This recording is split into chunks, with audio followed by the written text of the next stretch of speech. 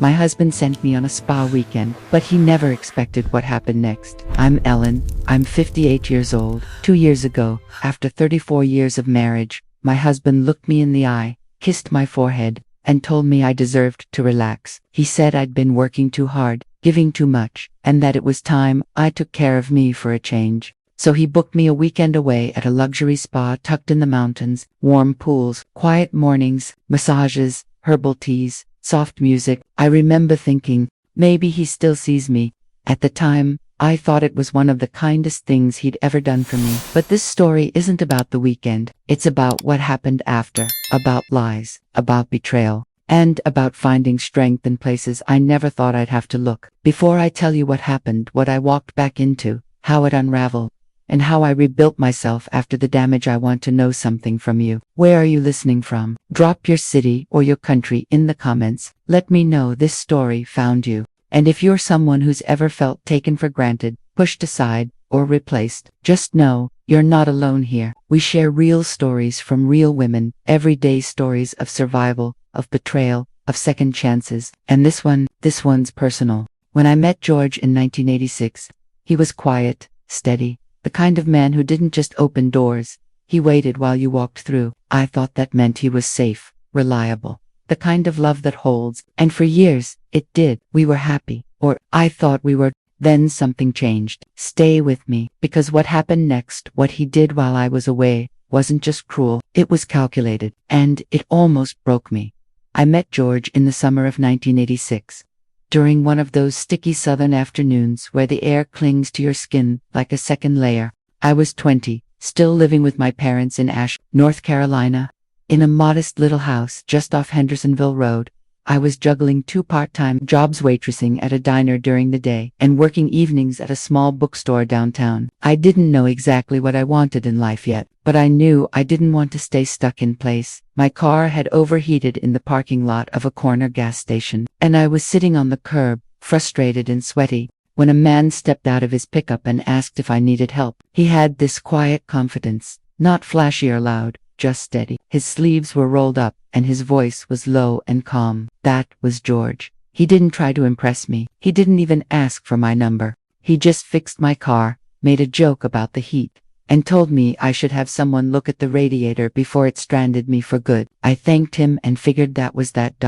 But 3 days later, he showed up at the bookstore. He remembered my name from my badge and said he had been meaning to pick up something to read. We talked for nearly an hour. That conversation turned into coffee, which turned into dinner, and before I knew it, I was falling for someone who made the world feel a little less overwhelming.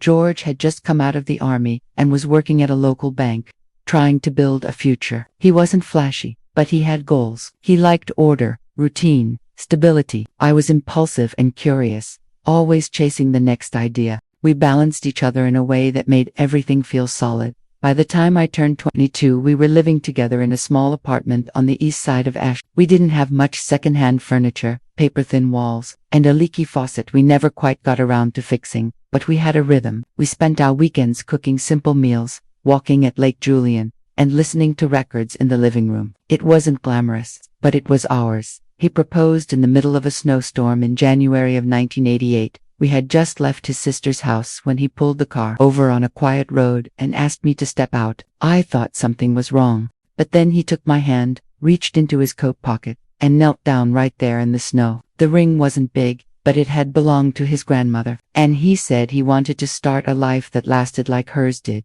We were married that June, in a tiny white church, with peeling paint and wildflowers in mason jars. I wore my mother's old wedding dress, and my father cried walking me down the aisle. We didn't have money for a honeymoon, so we spent the weekend in a rented cabin in the Smokies, drinking grocery store champagne and watching fireflies through the screen door.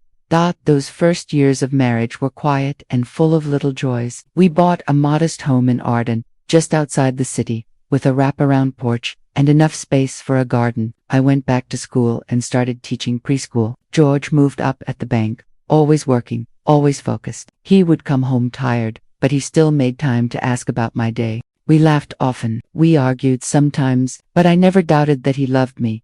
Getting pregnant wasn't easy. We tried for years, and the losses we had nearly broke me. There were nights I cried silently into my pillow, feeling like something was wrong with me, like I was failing us both. George held me through it, saying that whether we had a child or not, we had each other. But I could see the pain in his eyes too, even if he didn't speak it then. On a rainy afternoon in March of 1995, Daniel was born. He came into the world strong and loud, and the moment George held him, something changed in him. He looked at Daniel like he was holding his future in his hands, like everything we had ever hoped for was wrapped up in that tiny, wrinkled little body.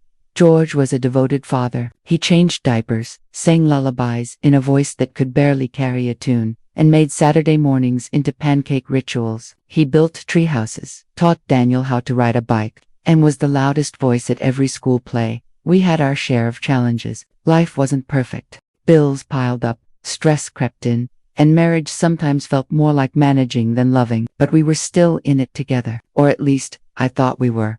Looking back, those early years were the foundation I clung to whenever cracks began to show. I reminded myself of the man who knelt in the snow, the father who stayed up all night holding a feverish baby, the partner who used to reach for my hand in the dark just to make sure I was there. Because, when something starts slipping away, the first thing we do is reach for the past, hoping it can anchor us in the present. And for a long time, I believed it could.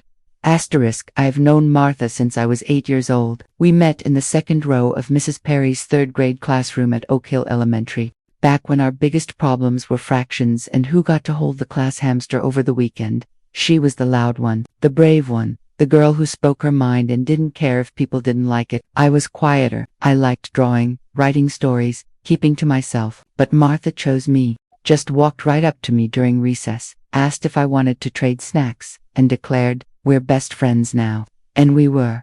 We grew up on the same block in South Charlotte. Our houses were 3 doors apart, and by the time we were teenagers, her front door was just as familiar to me as my own. We had sleepovers every weekend, passed notes in class, told each other every secret we could think of. She knew the names of my crushes before I even admitted I liked them. I knew about her parents' fights before anyone else did.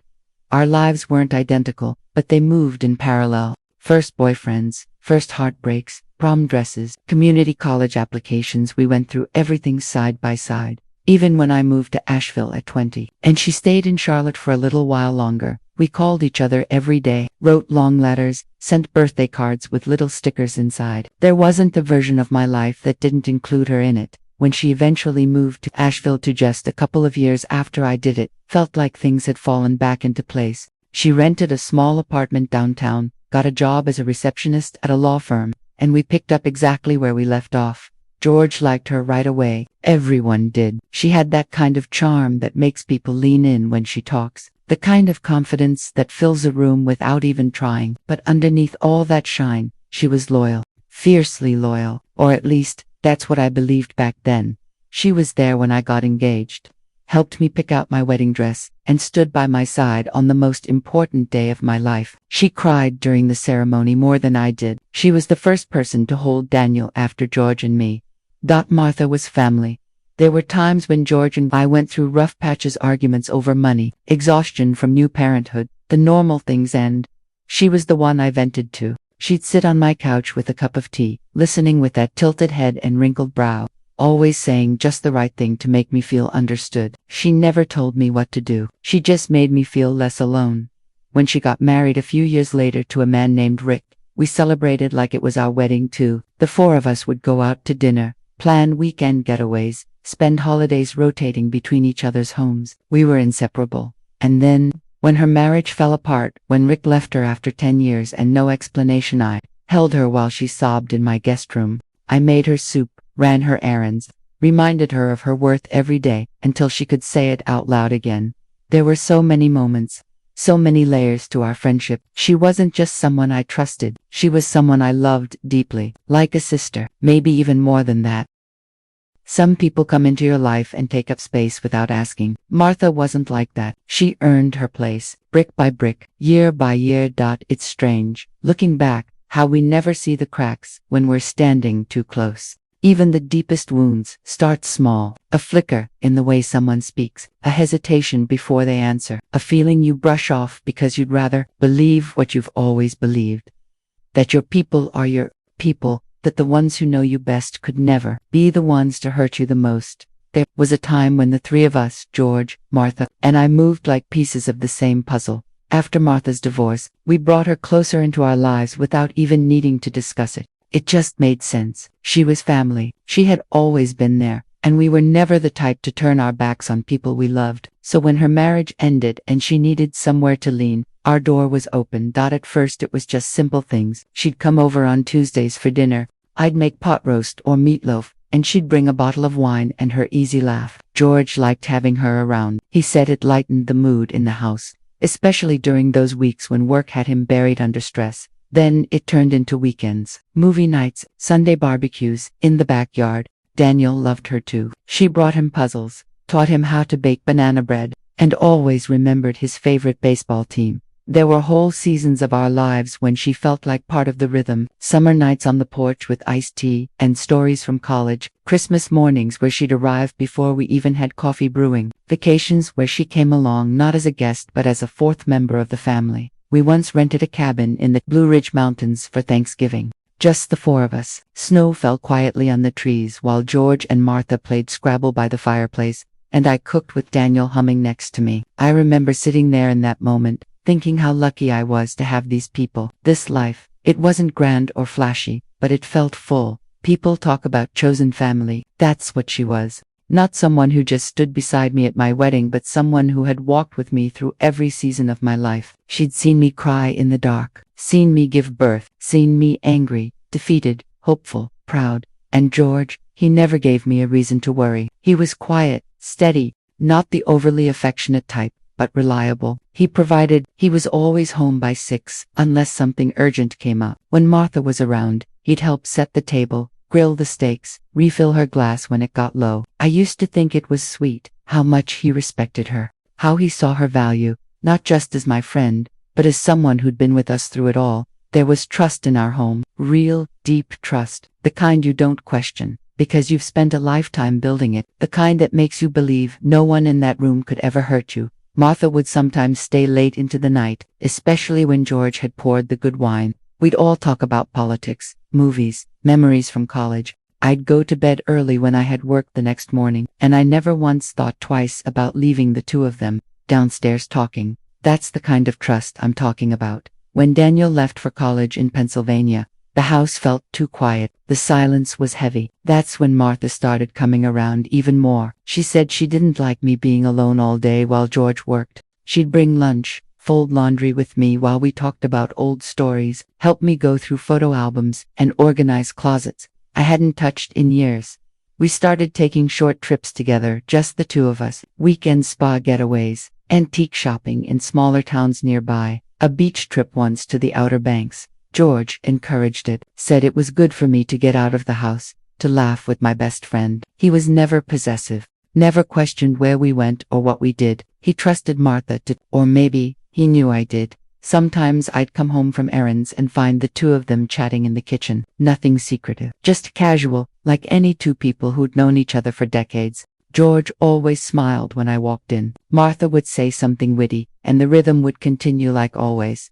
There was a comfort in it, a stability. The three of us had built a life that felt woven together with time and memory. It never occurred to me that something could be unraveling right under my nose.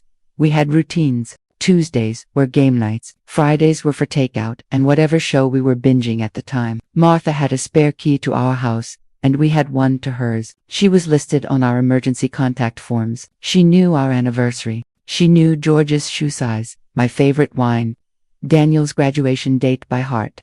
She was part of everything. And George was growing older like I was. Slower mornings, more aches and pains. He still worked part-time, doing consulting here and there. But mostly he liked being at home, tending to the garden, or reading on the porch. Our conversations had gotten quieter over the years. More about bills and weather than dreams and wishes. But I thought that was just how marriages evolved. Comfort over passion, familiarity over fireworks. I never thought to question any of it.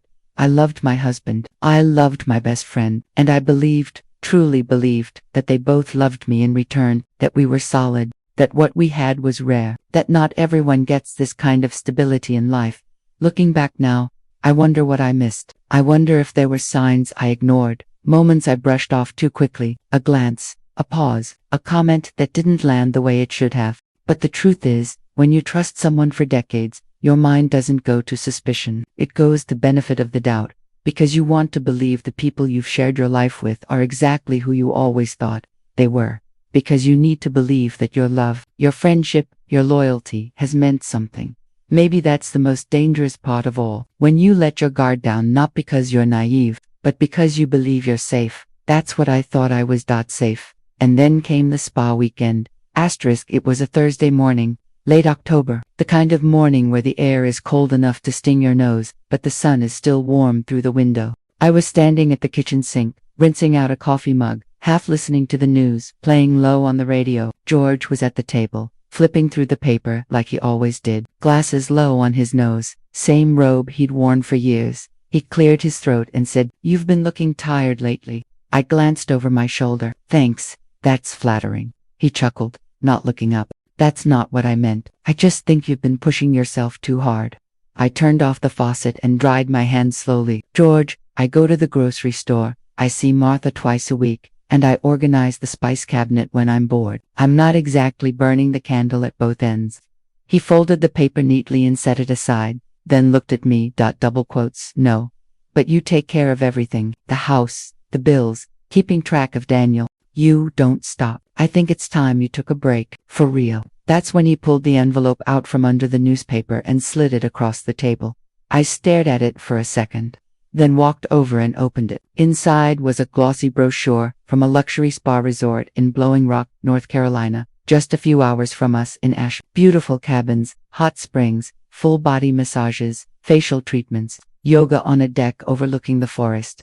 I raised an eyebrow. "What is this?" He smiled. "It's yours. 3 nights, all paid for. You leave next Friday. Martha already agreed to drive you up." I blinked. "You booked this?" He nodded. "You deserve it." It was so unlike him. George had never been the grand gesture type. He remembered anniversaries and birthdays, sure, but he was practical, a man of routines. We didn't splurge on things like this. A spa weekend felt out of character. I held the brochure in my hand, staring at the pictures of women in white robes, sipping tea, and smiling at waterfalls. "George," I said carefully, "this is really generous, but why now?" He leaned back in the chair. "Because you need it. And because I want to do something nice for you. No hidden motive. Just go, relax, let someone else take care of you for a few days."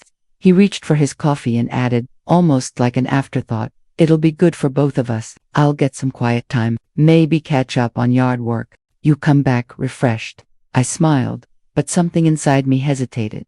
Not suspicion, not fear, just a strange flutter, like when you walk into a room and forget what you were looking for. Still, I told myself not to overthink it. Maybe he really was just trying to be thoughtful. Maybe he noticed how tired I'd been. Maybe, after 34 years of marriage, he finally realized I needed something that wasn't tied to a grocery list or a load of laundry. That night, I called Martha. "You knew about this?" I asked, still holding the brochure. She laughed. "Of course I did. He told me last week. He was so nervous you'd say no. I almost did." "Don't be ridiculous," she said. "You never do anything for yourself. Go, enjoy it. You'll come back glowing."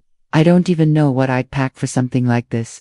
"You leave that to me. I'll help you. And I'm driving you, remember. We'll make a girl's day out of it." I didn't hear anything strange in her voice, nothing off. Just the same Martha I'd known for decades, warm, excited, supportive.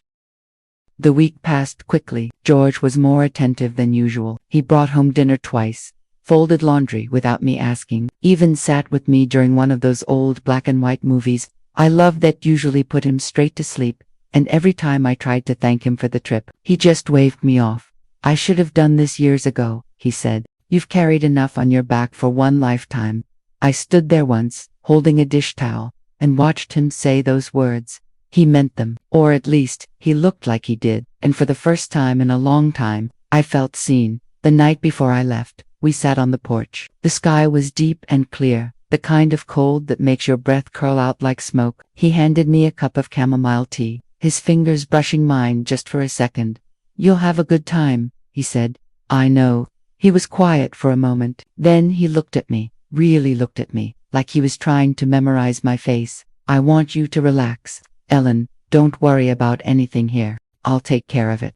I smiled. I'm not used to letting go like that. You should try. He leaned over and kissed my forehead, soft and slow, and for a brief second I let myself believe this was just love. Old love, the kind that didn't need fireworks or flowers, the kind that shows up in silence, in little gestures, in moments like this. The next morning, Martha arrived, right on time. She honked once and stepped out of her car with sunglasses on and coffee in both hands. You ready for paradise, Mrs. Whitmore? I laughed. I think so. George carried my bag to the car. He kissed my cheek, held my hand for a second longer than usual, and whispered, "Enjoy every second." I slid into the passenger seat. As we drove away, I looked back once. He was standing at the edge of the driveway, one hand raised, the other in his pocket. Still, I remember thinking, he looks so peaceful. And I told myself that was a good thing, that this was all good, that nothing was wrong, because I wanted it to be true. Because sometimes, even when we feel the ground shift under our feet, we close our eyes and pretend it's just the wind. Martha and I left early that Friday morning, just after sunrise. The sky was still a soft blue-gray, and the streets were quiet.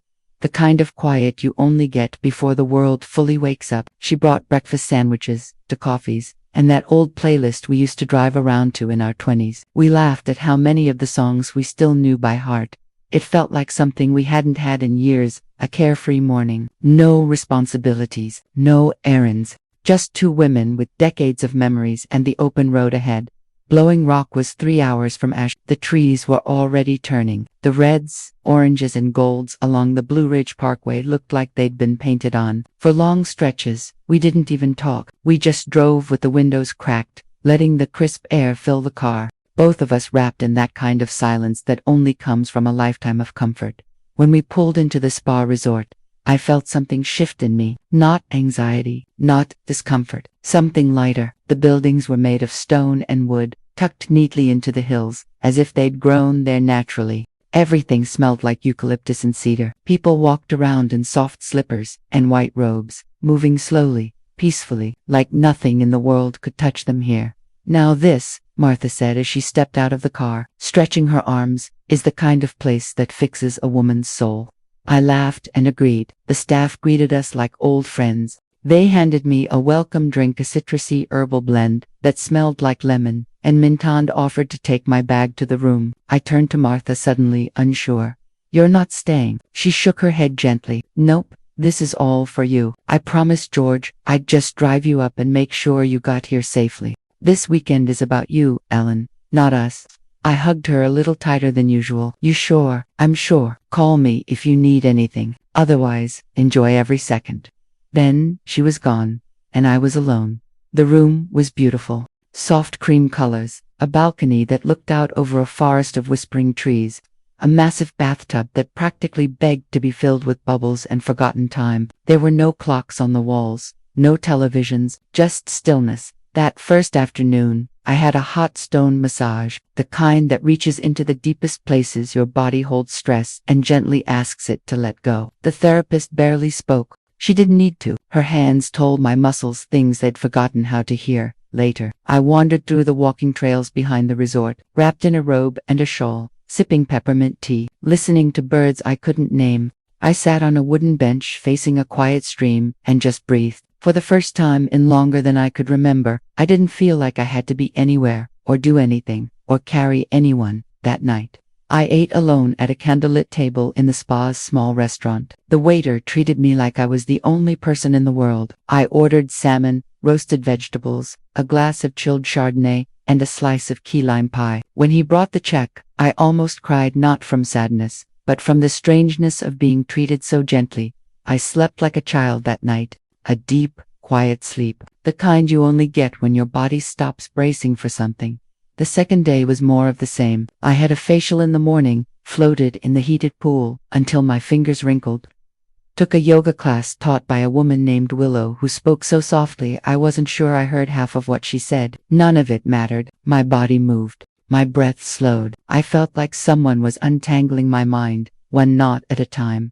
I journaled for hours that afternoon, not about anything heavy, just simple things, memories from childhood, recipes I wanted to try, thoughts about growing older. There was a piece to writing by hand again, I hadn't realized how much noise I'd been carrying that evening. I called George. He didn't answer. I figured he was in the shower or had fallen asleep watching the news. It was nothing unusual. I left a message, something light, told him the food was amazing, the staff was lovely, and that I missed him. Said I'd call again tomorrow. He didn't call back. The next morning I texted Daniel, just to check in. We didn't talk every day, but I liked hearing from him now and then. He responded quickly, said he was fine, asked if I was enjoying the spot. I sent him a photo of the view from my balcony, all misty hills and golden trees. He sent back a heart emoji and a thumbs up. Still no call from George. By the afternoon, I started to notice the silence. Not loud, not urgent, just present. You know that feeling you get when you're walking through your house and something's out of place. Not, obviously, nothing's missing, nothing's broken, but you know it isn't how you left it. That's what it felt like. I told myself he was giving me space, that he didn't want to interrupt my experience. He was probably proud of himself for not hovering. That was George Never, the over-communicator. Still. I tried again that evening, let it ring until voicemail picked up. No answer. I went to bed feeling a little uneasy, not afraid, not yet, just unsettled. The final day was colder. The leaves looked darker. The fog clung a little longer to the treetops. I sat by the fire pit near the spa's entrance, wrapped in a wool blanket, sipping ginger tea, and watching a couple across from me laugh about something neither of them could finish saying through the laughter. And for the first time since I'd arrived, I felt alone, not the kind of alone you choose, but the kind that finds you when you're not paying attention. I took out my phone and scrolled through old messages from George. Nothing recent, nothing since the morning I left. I stared at his last text, just 2 words, enjoy yourself. It didn't feel like him. Something about it felt rehearsed, like a line written by someone else. I called one last time, don't answer. That night I couldn't sleep. I turned in bed for hours, listening to the wind press against the windows, my chest tight for reasons I couldn't name. I told myself I was imagining things, that I'd be home tomorrow, that everything would make sense again once I was back in my kitchen, barefoot, washing coffee cups. George reading the paper like always, but a small voice inside me whispered that something was wrong. And for the first time, I didn't try to silence it. Daniel's voice on the phone stayed calm, but I could hear it, that edge, like he wasn't saying everything. What do you mean? He was going to tell me, I asked, still standing in the street, staring at what used to be the place I felt safest. I thought he called you already, he said. He said he would. He didn't, I replied. I haven't heard a word from him since I left. More silence. Then Daniel let out a slow breath. I found out from the neighbor. I called Dad right after, and he said he had it under control. I assumed he told you. I looked back at the shell of my home. I didn't know what to say. My mouth was dry, my fingers freezing. Nothing made sense. I'm coming over, Daniel said. I'll meet you there. He hung up before I could respond. I walked slowly toward the edge of the yard, the wet grass squishing under my shoes. The closer I got to the fence, the more the smell hit me. Burned wood, scorched insulation, that acrid, bitter scent of something that used to be alive now, reduced to fragments. I gripped the cold metal of the gate. A memory flashed across my mind. George planting chrysanthemums by the porch last fall. Dirt on his hands, sweat on his neck, smiling at me like we still had decades ahead. I blinked, and it was gone. The porch wasn't there anymore. Neither were the flowers. Just ash. 20 minutes later, Daniel pulled up. He parked behind my car and rushed toward me, arms out, his expression a mix of worry and guilt. Mom, he said, and wrapped me in a hug before I could say anything. I held him tightly. I hadn't realized how cold I was until I felt his warmth. For a moment, I didn't want to let go. I don't understand, I whispered into his shoulder. How did this happen? I don't know, he said. The neighbor across the street, Mr. Jennings, he said it happened 2 nights ago. Said he saw the fire trucks around midnight. Dad told the fire marshal he was out of the house when it started, that it must have been electrical. I stepped back. He was out of the house. Daniel nodded. That's what he said. But I've been trying to reach him since yesterday, I said. He never answered. Never called me. Never told me anything. Daniel frowned. Yeah, I thought that was weird too, that he didn't tell you right away. I looked at him. Where is he now? He said he was staying at a motel while they assessed the damage, but he wouldn't tell me which one. I paused. He didn't say where. Daniel shook his head, said he needed time to process, that he didn't want to be around anyone That didn't sound like George. He wasn't emotional. He didn't retreat. He handled problems head on. Always had. I felt something twist in my stomach. That same uneasy flutter I had felt at the spa. Now it was spreading, settling in my ribs. I pulled out my phone again and called George, straight to voicemail. I'm going to find him, I said. Daniel nodded. I'll help you. We got back into our cars. I didn't want to leave, but there was nothing left there. No comfort. No clarity. Just smoke stains on the walls of a life that no longer existed. I drove around for hours, checked all the motels on the east side of town. None of them had anyone checked in under George's name. Not at the Red Roof Inn. Not at the Super 8. Not even at the little lodge we used to go to during anniversary weekends when we couldn't afford anything fancy. Nothing. I stopped at a gas station, sat in the car, stared at my hands. They were trembling. Then I called Martha. She picked up after 2 rings. Her voice was bright, casual. Too casual. Ellen, are you home already? How was the spa? I swallowed hard. The house is gone. There was a pause. Not shock, not disbelief. A pause. What do you mean, gone? She said finally. It burned down, I said, 2 nights ago. George never told me. Another pause, longer this time. Oh my God, she said, her voice lower now. That's awful. I didn't know. I waited. Have you talked to George? Not since you left, she said quickly. Why? I can't find him. He's not answering. Daniel says he's staying somewhere, but we don't know where. She exhaled loudly. Maybe he's just overwhelmed. This is a lot to handle. I listened to her tone. Calm, rehearsed. I'll let you know if I hear from him, she added. Promise. Okay, I said slowly. Thanks. But when I hung up, my gut was screaming. Something was wrong. Something bigger than just a fire. Bigger than bad timing. Bigger than stress. George was hiding. And Martha sounded like she knew why. I didn't sleep that night. I lay in the guest room at Daniel's apartment, staring at the ceiling, listening to the hum of traffic outside, the quiet ticking of the wall clock, the dull ache of confusion turning over and over in my chest. It wasn't just the fire anymore. It was the silence, the vanishing, the lies I hadn't yet uncovered, but could already feel pressing against the surface. George wasn't just avoiding me. He was hiding. The next morning, I got up before sunrise. I didn't want to wait anymore. I needed answers. I started simple. Our joint bank account hadn't been touched in days. No hotel charges, no food deliveries, no purchases of any kind. That struck me as strange. George was never careless with money. But he also wasn't the kind of man to disappear without leaving a trace. So I checked our credit card account. That's when I saw it. A charge from 2 days ago, the same night the fire happened. $276.49, Montclair Outfitters, a camping supply store near the edge of town. George didn't camp. He hadn't slept in a tent since the 80s, and he'd always hated the idea of sleeping outdoors, said it was unnecessary discomfort. I called the store. A young guy answered. I gave him my name and asked about the charge. We can't give out details over the phone, ma'am, he said. But then he paused. Was this a fraud case? No, I said carefully. It's my husband's card. I'm just trying to verify something. He hesitated again. I remember the guy, he said, lowering his voice. Older man, came in wearing a cap, looked nervous, bought a tent, sleeping bag, water filtration bottle, that kind of stuff, paid in full and left fast. I thanked him and hung up. Why would George buy camping gear the night our house caught fire? I sat with that question for a long time. Then, I opened our shared calendar on my phone. George always logged his appointments there, dentist visits, meetings, even grocery runs. The day after the fire, there was a single entry, M3 p.m., just that. The letter M.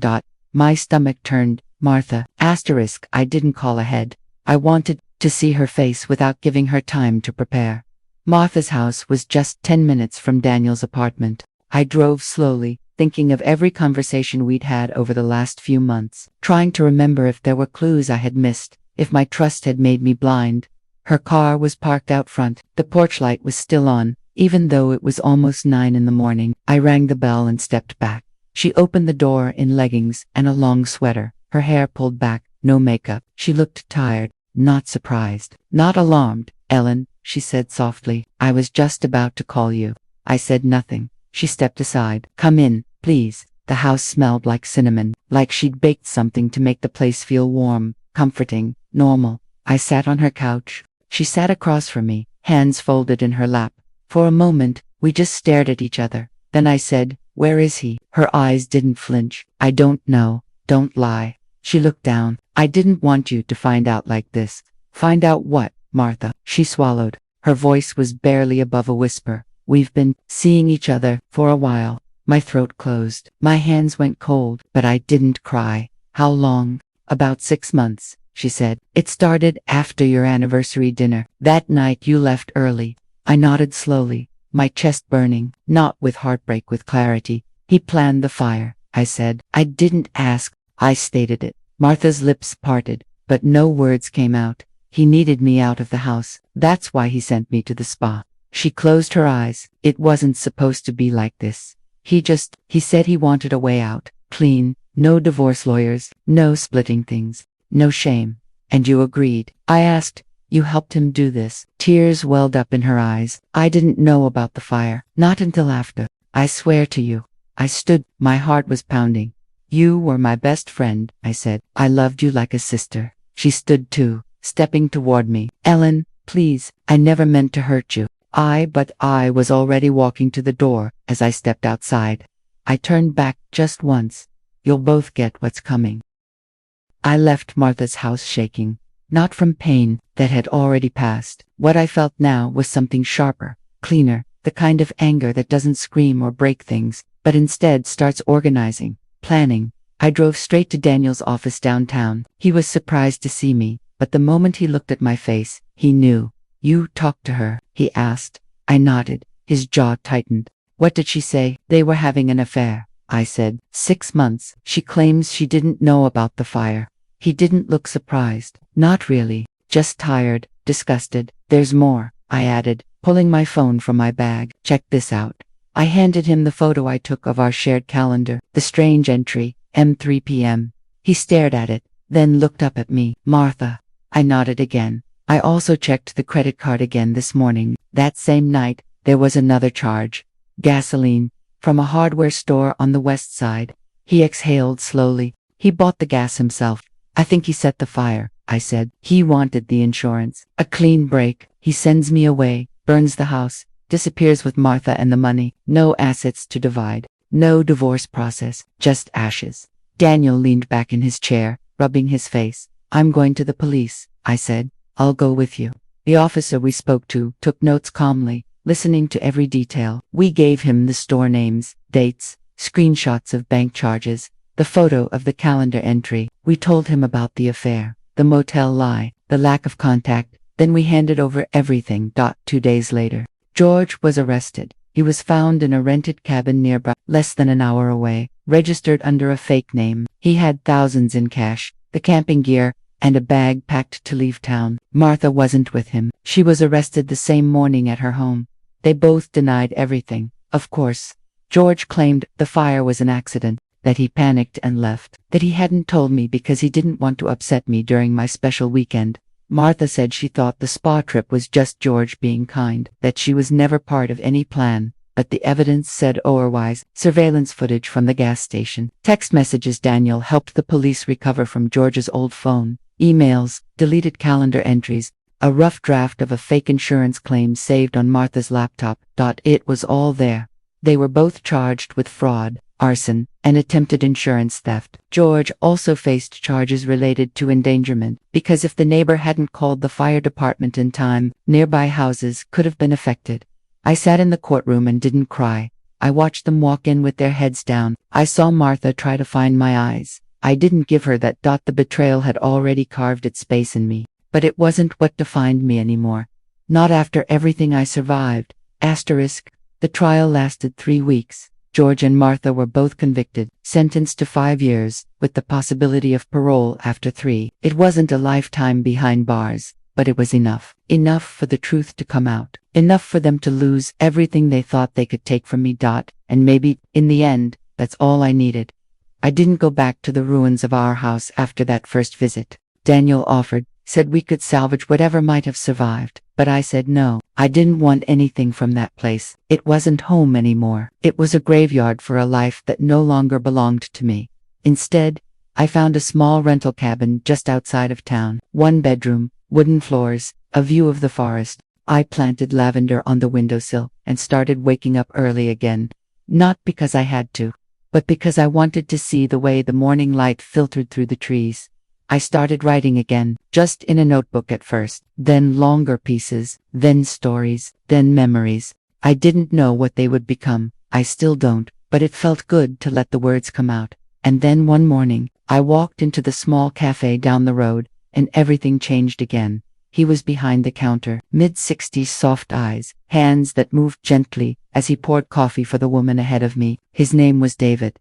He owned the cafe and had inherited it from his late wife's family. We talked that day, just briefly, then again the next week, and the next. It was slow, easy, not a romance that swept me off my feet. I'd had that before. This was different. This was steady, patient, kind. He never asked about my past. Not right away. He let me tell it on my terms. He listened without trying to fix it, without interrupting. Just sat with me through the hard parts, made me laugh through the healing. One afternoon, I told him everything, from the spa weekend to the fire to the courtroom. When I finished, he looked at me for a long moment, then said, "That's one hell of a way to be set free." And somehow, I knew he was right, because that's what it was. It didn't feel like it at first. At first, it felt like death, like grief wrapped in betrayal. But over time, I realized something. George didn't destroy me. He tried, but in burning down the house, he accidentally burned down the cage too. Now, I walk every morning. I drink my coffee slowly. I laugh out loud when something is funny, and I don't apologize for the sound. I no longer try to be the perfect wife, or the perfect friend, or the perfect anything. I just try to be true. To myself, to the woman who survived, betrayal. To the woman who built a second life, not out of revenge, but out of peace. And if you're still listening, if this story reached you in a moment of pain or doubt, let me say this: you are not broken. You are not foolish for trusting someone. You are not weak for loving deeply. And you are not alone. Sometimes, the people we give the most to will take the most from us, but that doesn't mean we stop giving. It just means we start giving to the right people. And sometimes, we start with ourselves. So, what would you have done in my place? Tell me in the comments. I read every single one. And if this story touched you in any way, share it. Because there are so many women out there who think they're alone. They're not. This was my story. And now, it's yours too.